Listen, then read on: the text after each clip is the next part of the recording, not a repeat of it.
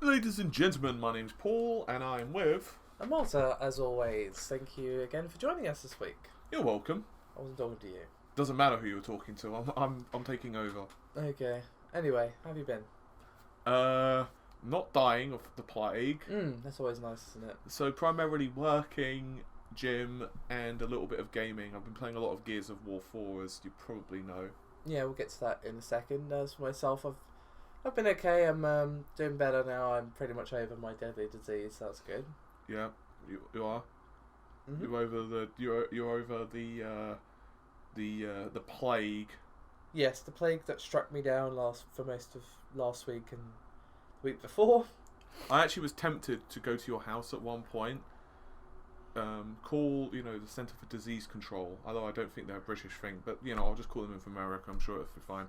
And they can put a tent over your house, seal it in, put unclean on it, and separate the oxygen supply from the rest of the world. So basically, you're pretty much living in a bubble. I thought that might be best for humanity. Well, there was no need for that, and I'm better now. Okay. So what you're telling me is it's fine. Yes. It's fine. It's fine. Okay. So you've been playing Gears, you said? I have. Tell us your opinions on Gears. It's fun. Bzzz. Was that your chainsaw impression? Yeah. Okay. Well, just checking. Yeah. It's actually really fun. I'm glad I bought it. I'm playing a little bit of the online, but primarily I've been playing the single player as and when. And I've still been playing Ghostbusters as well, 2009. I'm almost completed it. It feels so good. I'm almost finished a couple of games.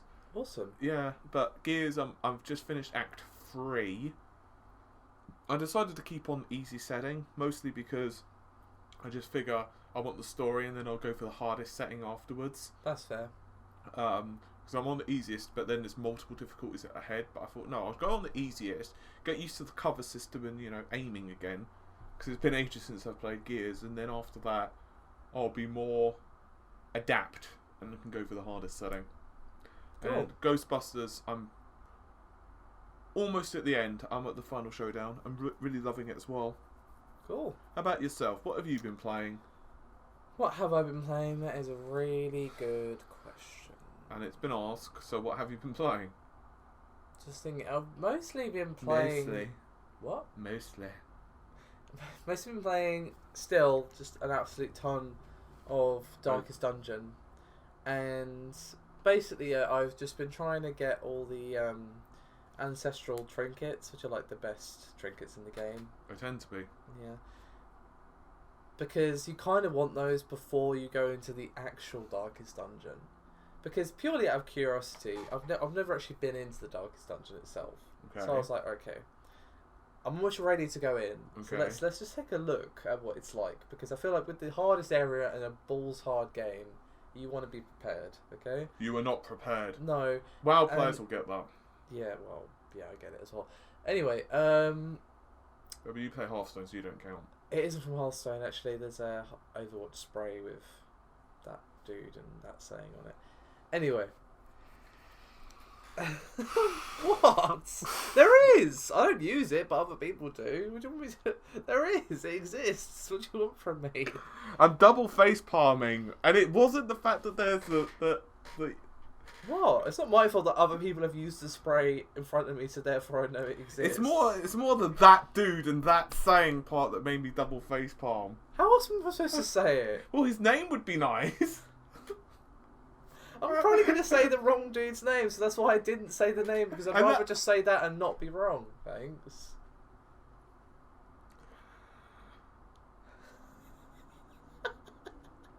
I've not played WoW, you know this. I tried it out and I'm just like, I don't get it. So there we go. Anyway, stop doing that. And I need to tell you about Darkest Dungeon. Oh, you've already taken me there with that comment. No, I haven't. You have, believe me. I have such sites to show you, etc. Anyway, basically, yeah, it's an interesting area to say the least. I mean, the decor is appropriate. Let's just put it that way. Right. Skulls and stuff everywhere. Right. And yeah, the normal enemies in that game can absolutely wreck your shit. Right. Because the YouTuber I watched did not have a good time. No. No. And that was just the first area, the first sort of, because there's 4 missions for the Darkest Dungeon. That was the first, and he got absolutely destroyed. With like level 6, highly leveled, best trinkets, everything maxed out heroes. Go on. So I'm scared. I'm scared to go into the Darkest Dungeon. See, watching you get wrecked might actually be the only... I'm gonna do a video on it when I go into the Darkest Dungeon. Okay. That might be one of the few videos of the other producers that I actually watch. Yeah, so you know, I just want to watch you get ruffle stomped. I'm just making sure I'm ready before I do that. Okay. You need to have a large collection of level 6 heroes, because once you've completed a Darkest Dungeon run with heroes, they won't go back in. They're like, once was enough, they won't go back in. Really?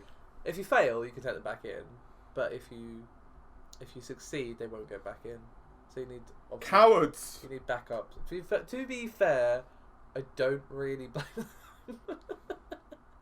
If that were me, and I'm like, oh god, no, once is enough, thanks. See, if I mean, they'll do other dungeons, just not the Darkest Gandalf, Dungeon. if Gandalf and the others had the same feeling when when he was trying to take the ring back to Mordor to destroy it, and okay, in the fires of Mount Doom. Yeah, but the RNG doesn't hate you in that scenario. I don't know. Turn out to Sean Bean. I mean, you got enemies who'll do like 10 damage per round bleed attacks. It sounds a lot like Sean Bean. And there's the second area in the dungeon. You need the special trinkets. Right. And but otherwise you'll get this almost insta-kill attack done to you. But there's only 3 trinkets that protect you, and there's 1 character who has to go without. Sounds fun. So you have to protect them always when you're fighting. See, I can't deal with games like that. It'll piss me off way too much. Well, to be fair, like the game does tell you need these. I know, if but you try to go into that dungeon without them, it'll say. It's not that. It's just like little things like not having enough to go around. I just can't deal with games like that. Just RNG alone. But there's two classes that can protect other characters, so it's not like it's impossible to do. It's just something that you need to keep in mind. It's just the RNG. And it's only with this one enemy that can do this one. It's just the RNG aspect. I cannot deal with. To be fair, like the RNG is a bit much in that game, but the good thing about the Darkest Dungeon is the layout is always the same. So people have mapped it out and stuff, so that's good. Normally they're randomised, the dungeons, so there is that. They had that small mercy. As I said, I physically cannot deal with things that are randomised. And I just can't deal with random number generators because I'd get way too pissed off if I lost. Like if I lost because it's something I did, I can deal with it. Yeah, I mean I love the game, but there is a lot of issues where sometimes I've just lost characters through no fault of my own because like the game has just gone fuck that person in particular, and I've got like 3 crits in a row. No, don't get me wrong. And I can't heal them because they die before I even get the chance. No, don't get me wrong. On Final Fantasy, for example, you can get very unlucky. For example, you can just get really unlucky and happen to fight an enemy, random encounter just as you're about to get to a save point and you're very low energy and you need to use a 10. Or you could be in the middle of a fight and it just happens to pew your healer or whatever. But I could deal with that because most of it's not RNG based in the strictest sense. But it's RNG in that obviously it's dice rolls determining your attacks, it's dice rolls determining the enemy's attacks, it's dice rolls determining whether or not you get a crit. Well, percentages to be exact. Like you've got 20% chance to crit, you probably should try and crit, that sort of thing. So it's not exactly RNG always, but it is very RNG. So I can't deal with that. It just pisses me off way too much. Yeah. So I'm now scared to go to the Darkest Dungeon. Okay. So now we've spent the last X amount of time. Yeah. That's pretty much all I've been playing. I'm just trying to think if I've been playing anything else. I've obviously been playing Overwatch, but I've talked about that way too much as it is. Yes, please don't. Let's talk about Overwatch. Can you move the topic list in the middle of the screen, please, because I cannot see. That top? That part? Just the middle. That is the middle. That's not the middle. It's the bottom middle. You didn't specify what part. Just put it in the middle where I can see. Okay, that part? No. That part? Yes. Okay. So, do you want to choose a topic to start us off? Well, I say, since we've already pre-wrote them out, and we might as well go down them in an order, that we decided to previously before this video, I'm going to probably say we should start with Red Dead Redemption 2. Okay. See, I'm letting out the secrets, aren't I? they're not really that amazing secrets. So I didn't say they were amazing. I said they were secrets. It's fine. You know, our secret sauce is just like ketchup that's been left out in the sun. Kind of thing. Anyway, that was a terrible analogy. Not really. Anyway, Red Dead Redemption 2. It was terrible, but anyway, I'll... Let's move on. After causing lots of internet people to go in a tizzy over just a couple of images, Rockstar did confirm Red Dead Redemption 2. Now, okay, let me describe my thought process. Go At first, I was really excited. I was like, "Oh, awesome! It's finally happening. Maybe this will mean we'll get Red Dead Redemption 1 on the PC and PS4 and such." And I was really excited for Redemption 2 because Red Dead Redemption was a really good game. Awesome, can't wait. And then I realised when I went to do a video on it, so I literally just saw it was confirmed as I was at work. So I was like, awesome, I'll talk about that later. And then when I went to do a video on it, I was like, oh, it's not coming out on PC. And all of my hype just drained from my body. I was like, oh, so either it's not going to come out on PC at all, like the original, or it's going to do a GTA 5 and come out a year later on PC. To be honest, and I'm probably going to get hated for this, but I don't really like Rockstar that much. It's not that I've got anything against them. Like, I think they've done some really good games, like Max Payne, but I think they plus Bethesda get way too many free passes on bugs and stuff. Like, for example, the whole GTA thing online, you know, with the whole cheating thing back in the day. You know how people were getting banned on GTA 5 because of single player cheats, and basically, yeah, that was a bit off. If it was another company, if that had been EA, people would literally have gotten pitchforks and started to roast them over an open fire. To be fair, they did get criticised for that. Yeah, but nowhere near as heavily if it was EA. That's my point. Like, I think, and it's the same as Nintendo. Nintendo, Bethesda, slightly less Bethesda, but Rockstar. No, Bethesda get so much free pass. It's ridiculous. I would say they get more free passes though on game mechanics than what they do. Well, no, because like, you know, they are notorious for buggy games, and people still buy them. Yeah, but that's my point. They get a free pass with that, but they don't necessarily get a free pass with stuff like, let's say, dodgy decisions, or because let's talk about Horse Armor, for example, from the original Oblivion. No, I mean, to be fair, they don't get a free pass on everything, but the most important stuff, which I think is the fact that they seem to release buggy games, they get a free pass on that. Yeah, considering that CD Projekt Red have a much smaller staff, and they somehow managed to do fewer bugs. Yeah, I mean, CD Projekt aren't perfect, but they are one of my favourite developers. They are, but I think their development costs are lower because of the region they're developing in. I'm not sure, to be honest. I can't comment. But yeah, so I'm not really surprised they didn't release it on PC because what Rockstar I've noticed tend to do is they tend to do like these really... I think they'll just release it on PC and act like they're doing you a favour in the future. Well, that's pretty much what they did with GTA 5, is at first it was only confirmed for console, and then obviously it eventually came out on PC, and then obviously it came out on the new gen consoles as well. But obviously the issue with this is the original Red Dead Redemption never came out on PC, so it makes me think that maybe they won't do that this time. Yeah, but with that logic, the original Red Dead Redemption didn't come out on the PS4. It's like, you know, platforms change and sales. Yeah, I know, but it's not really the same. It did come out on the Xbox 360 and PS3. Yeah, but there's loads of games which haven't come out on the PC or haven't come out on I know, the console. I mean, I hope it does come out on PC, but, you know, we're going to have to see. I'm not particularly super worried either way, though, to be honest. So, we'll see. But, I'm not a big fan of Rockstar's games. I mean, I have spoken to a few people regarding Red Dead Redemption. Everyone's told me it's really good and all of that. It is a good game. I mean, as I said to you last week, GTA 5 and all that is great, but they bore me very easily. Because they're just like a giant play toy box. And... Did you ever play the original Saints Row? No. You know, I was telling a friend about this, but the original Saints Row I actually really loved. And I think the series, if it had gone more in that direction for a bit longer, maybe a little bit zanier but not like super zany, I think it would have been a really good alternative to GTA 5 or GTA. Well, I mean, I think the issue is like apparently Saints Row 2 is like the best one from what I've heard, but the thing is they couldn't stay in that particular wheelhouse because it was too close to GTA. I feel like they had to do what they did, which is go full the release full dates... cheese, full wacky, full crazy, because that way it's like it's not just another GTA 5 game or style game. I don't know. I think they could have gotten away with it because people are so crazy about GTA, and I think they could. Like for me, at least number one, at least to me, I preferred the narration, the story, the missions. They just felt tighter. They definitely had a lot of issues, which GTA 5 did better, or GTA did better.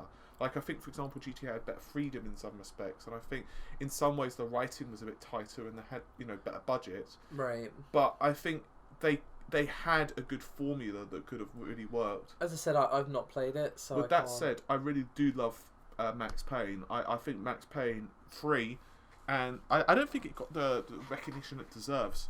But I played through Max Payne. Didn't they change Max Payne's character to this like depressed person? Yeah, but to be fair, stuff happened to him, so I can't really blame him. Yeah, but no, I mean Red Dead Redemption is really good. It's probably the best Rockstar game in my personal opinion. So I'm still gonna play it. I just really hope they do bring it out on PC and also bring the original out on PC while they're at it. That would be good. All right. Well, shall we move on to? Yes, I guess. Switchy thing. Yeah, the Nintendo Switch, otherwise known as the NX. So we finally know what it is. Thank fuck. After months of speculation, leaks, and rumours, and Nintendo not saying a word about it, we finally know what it is. I'm just glad it's over. I'm just glad it's over. To be honest, I was just like, oh, they're releasing it. They're revealing it, rather. Thank Christ. I'm gonna reserve my judgment until we know more about it, and I get to play on one. But my early impressions are I'm not impressed. Yeah, I mean, I don't hate it. I don't hate it, but I also don't feel impressed by it.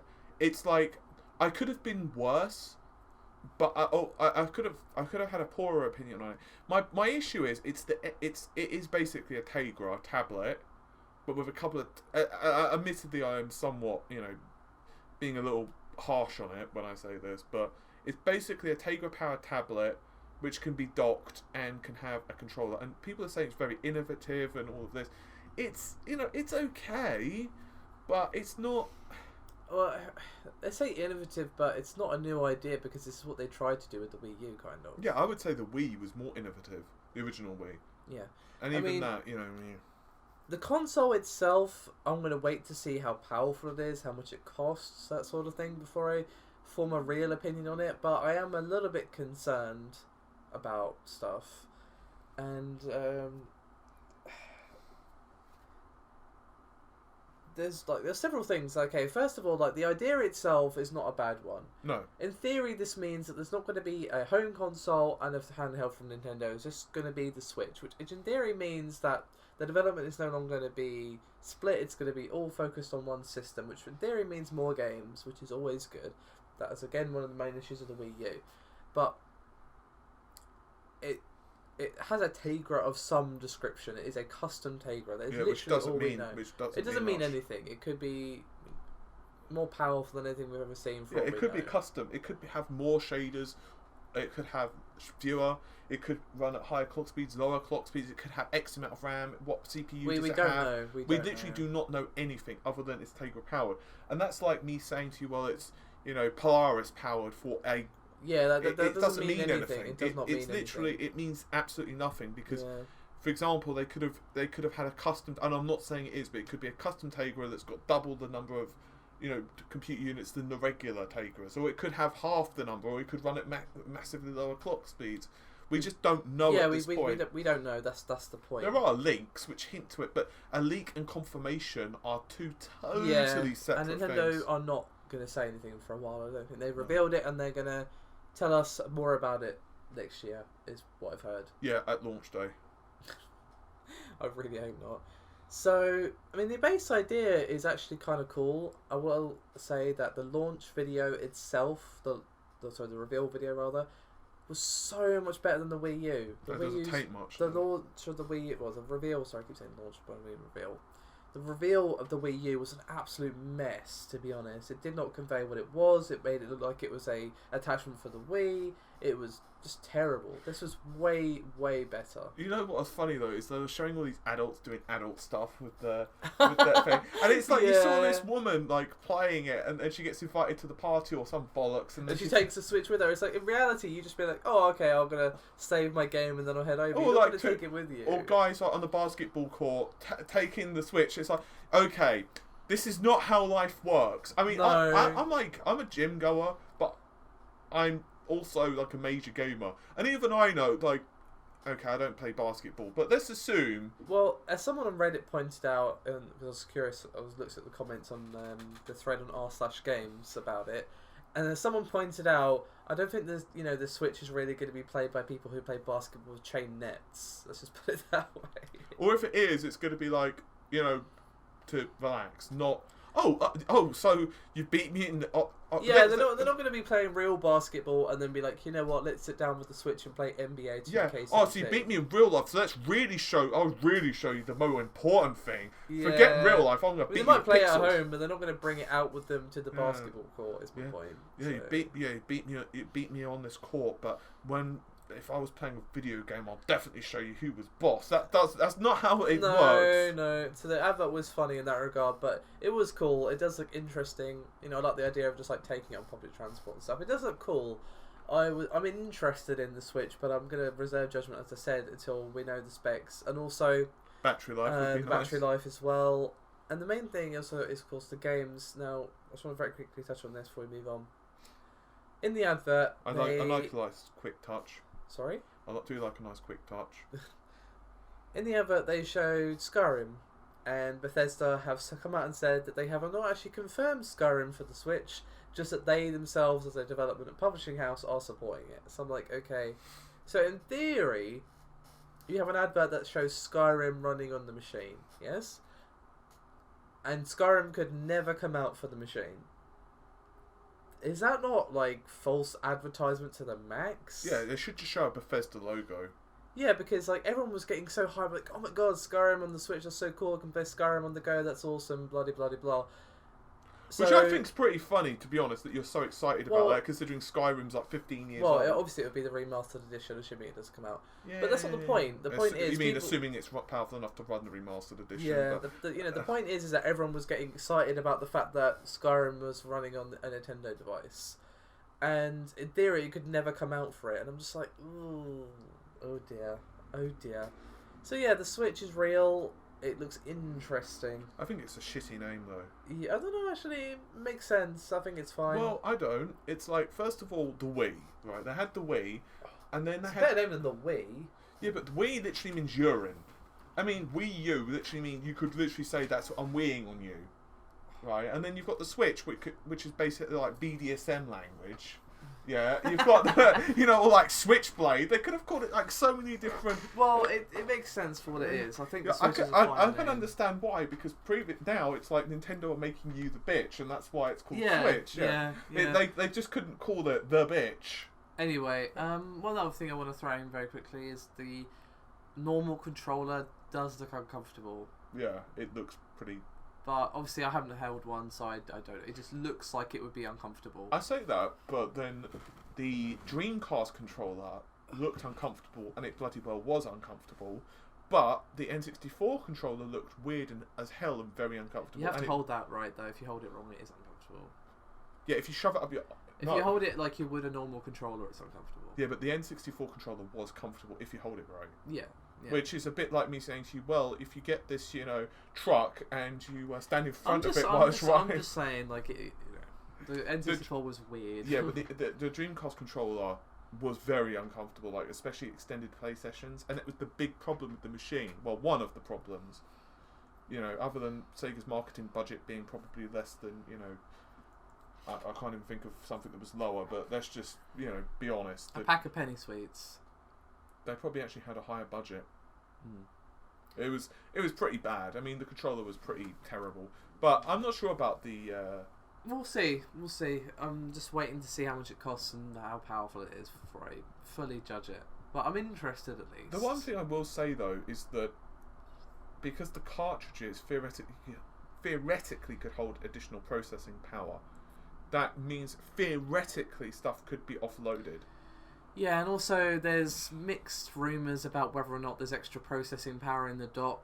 There was a comment from Nintendo that implied that wasn't the case, but again, implications, not confirmation. My theory... And there was a rumour from Let's Play Video Games who have been pretty on the ball with the Switch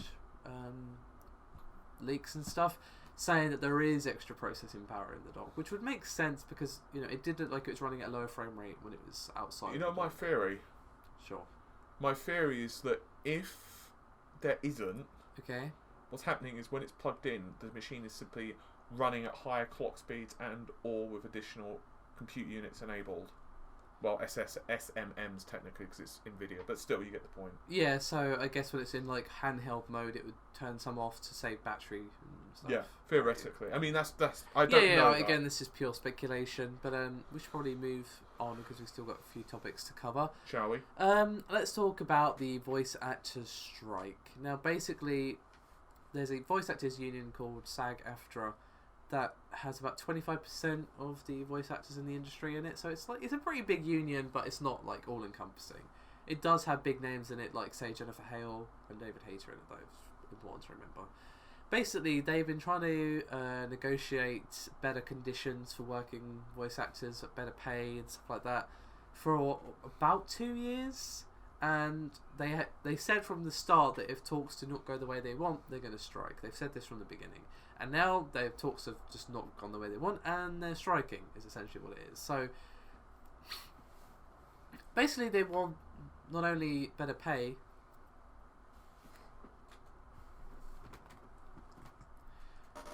but they also want, you know, better health and safety and all that. And you might laugh and go, oh, health and safety for voice acting, lol. But... you know, if you're doing like scenes where you're shouting or screaming for hours on end, that is going to damage your voice. And when your voice is your livelihood, you can kind of see the issue.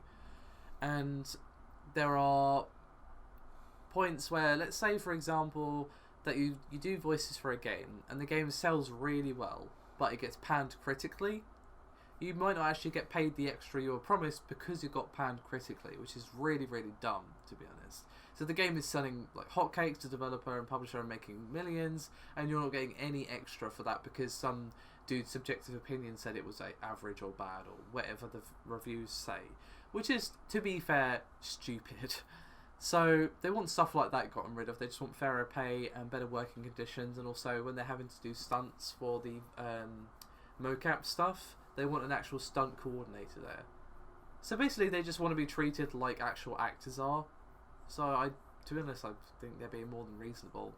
But obviously the publishers are keen to paint them as they're just being greedy and want more money, and I'm like, well, it's not just that though, from what I understand. So that's what that is. Any thoughts? Well, I'm just nodding silently. Oh, so voice is actually important in subject matters. Is that where you're going with that? Yeah, it is. Oh, did you like my subtle reference? That was very good, yeah. Yeah, it's kind of strange though because I believe it was the actor for Goku in Dragon Ball Z. Right. They actually passed out because of the amount of shouting and screaming they had to do for some of the scenes when they're powering up.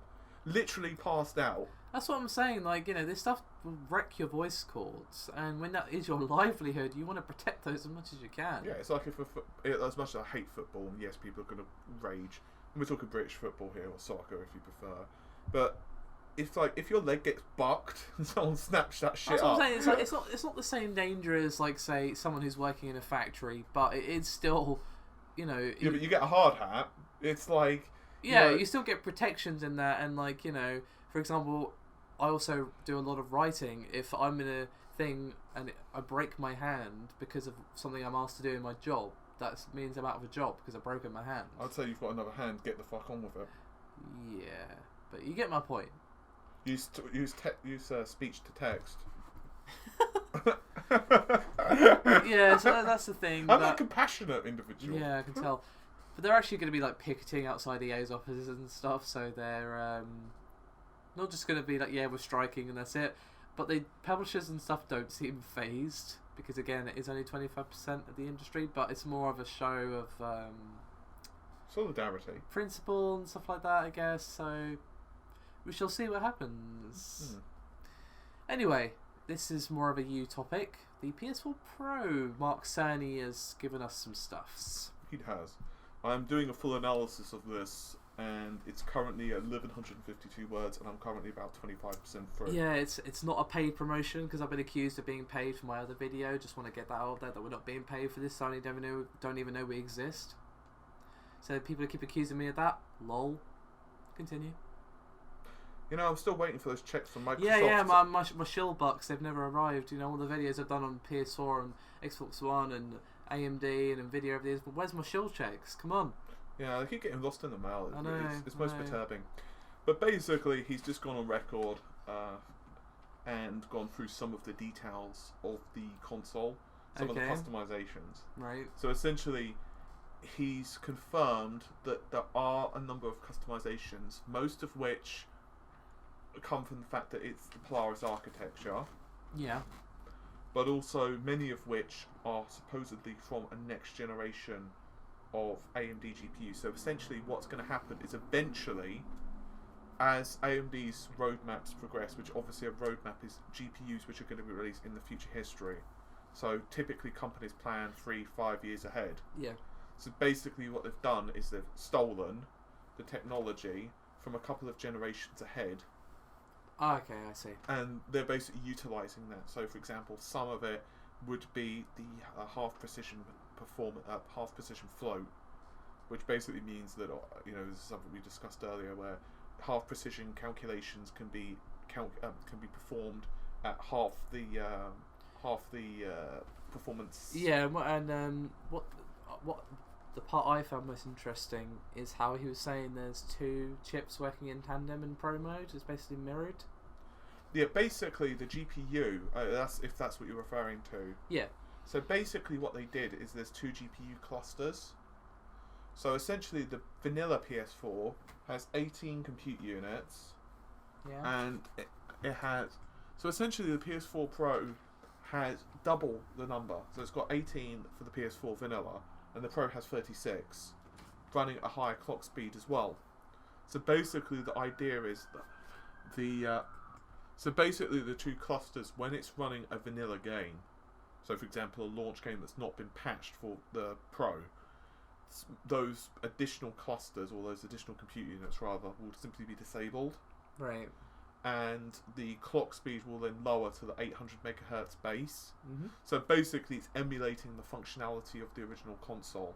They've also added some additional RAM chips in there which take over the functionality of the console and offload some of the lower performance tasks, for example Netflix and sharing and stuff like that. But as I said, I'll be going through that in a full analysis. Yeah. I get that you're going to go through this in a bit more detail, but the other thing that I also found interesting is he kind of said why they stuck with the Jaguar, and it's basically because if they didn't, then a game that isn't a PS4 Pro game might have issues. Yeah, I have a feeling it's it's basically so that the system can more easily mirror what the yeah. So they could have gone with like some amazingly powerful CPU, but they couldn't if they wanted to make this a thing that you don't necessarily need. Well, remember the idea was that the game, the PS4 Pro version, would only take one additional programmer to tweak the code to run it on Pro mode. So that would be, for example, internal rendering resolution, higher draw distances, or what have you. Right. So what they did is upclock the CPU by 30%, which they could simply downclock. Whereas if you get IPC improvements, it's possible, which basically means that the architecture will be running faster with the same clock speed. So for example, let's say they went with Jaguar 2.0, and let's say it was 15% faster, just theoretically.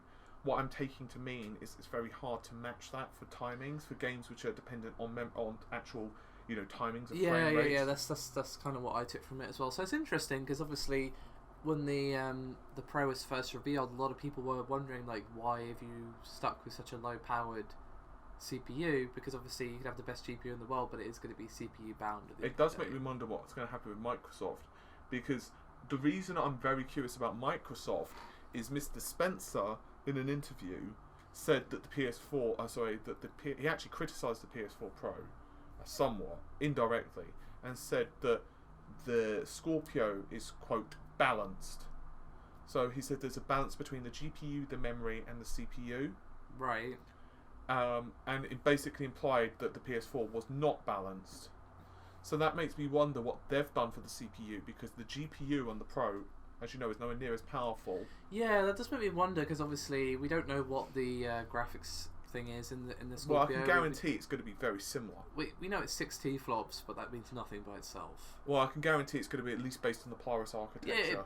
Yeah, it is going to be Polaris, obviously. Well, it might even be Vega based. But it could be, but either way, it's going to be that sort of same family, I guess. So, what the argument is, what have Microsoft done? Have they essentially upclocked the Jaguar further? Or have they found a way around it, maybe? Yeah, it's possible, because it possibly depends on how their APIs work. I mean, to be fair to Microsoft, they did manage to get backwards compatibility working on Xbox 360. Yeah, so they've obviously found some tricks that Sony have not, I guess. I mean, obviously we don't know any specs of the Scorpio other than that 60 flops. Well, we do know it's got 12 gigabytes of RAM. Yeah, but we don't know the CPU is my point. No, we do know it's running at 320 gigabytes per second bandwidth. Okay. At 12 gigabytes of RAM, because you can just divide the RAM chips and then... Yeah. So we know a few things, but we don't know enough to really say, oh, this is what they've done. Literally, all they've said is an 8-core processor, which means bupkis. That means nothing. Yeah, it's like, you know, it doesn't mean anything. I have a feeling that they are probably still calculating what they can get away with on the CPU side. Yeah, that's probably why they haven't said, because, you know, it's not out till next holiday, 2017, obviously, so they're probably still working on a few things. It does look sexy, though. Well, we haven't seen it yet. I have to say that I think the Pro is kind of ugly. Well, as I said when it was first revealed, it looks like a layer cake. What do you think looks nicer out of the PS4 vanilla or the Xbox One? I prefer the PS4 vanilla versus the original Xbox One, because the original Xbox One is huge.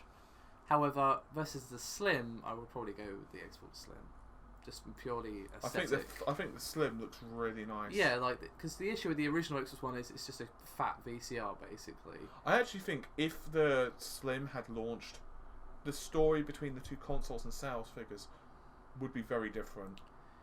Sorry, what do you mean? I think if if the first design for the Xbox One had been the Slim design... Oh, I see what you're saying, right. Yeah, I think so too. Because like, the PS4 is okay, it looks alright. It's just, I prefer it over the original Xbox One, because the Xbox One is huge. I actually I don't mind it. I think if the Xbox One had been the same aesthetic look, but just smaller... But then I'm very weird, because I like the original Xbox. God, really? Have you ever seen the Crystal one, or the Crystal Green Xbox? No. It looks really nice. You should check it out. I used to own one. Oh, really? But okay. I also used to like the PS2 design as well, and the no, I love the PS2. That's great. I hated the slim design of the PS2. I had one of those. It felt as well. really flimsy. Yeah, it felt like I just didn't want to drop it, basically. Yeah, my old original PS2 lasted for years until the disc drive got stuck. I didn't really like the George Foreman though. The what? The George Foreman? Yeah, the PS3. It looks like a George Foreman grill, doesn't it? No, it does. No, it doesn't. Okay, I'm gonna go to Google right now. Check this out, right? Have you actually seen a George Foreman grill? Have you? Yes, we used to have one in the house. Okay, that's it. I'm gonna. Yeah, right. Look. Tell me that doesn't look like a bloody grill. Look at it. Okay, that's very different to the George Foreman we had in the house. Yeah. How can you tell me that does not look like? That is very, very different to the George Foreman we had. Yeah, in the exactly. house. I mean, look at it. Okay. Look I retract my statement. Yes, it does look like a George Foreman. You better bloody retract that statement. You better retract it good. I mean, look at that. It's fucking amazing. Oh man, that's crazy. No, we had a different one that was smaller, and it was like, yeah, it was not that design at all. Oh dear. For those wondering, I literally Googled PS3 George Foreman. And like the fourth image along, it's someone photoshopped a PS3 into George Foreman's hands. Yeah, this is on Google Images UK, so your mileage may vary based upon your regional equivalent. Yeah. But still, it's pretty great. It's smaller and packing more Gorilla Bites. That's amazing. But it's the same price and taste. Oh, that's great. Whoever made that, Well done, GG. What's that? Hang on.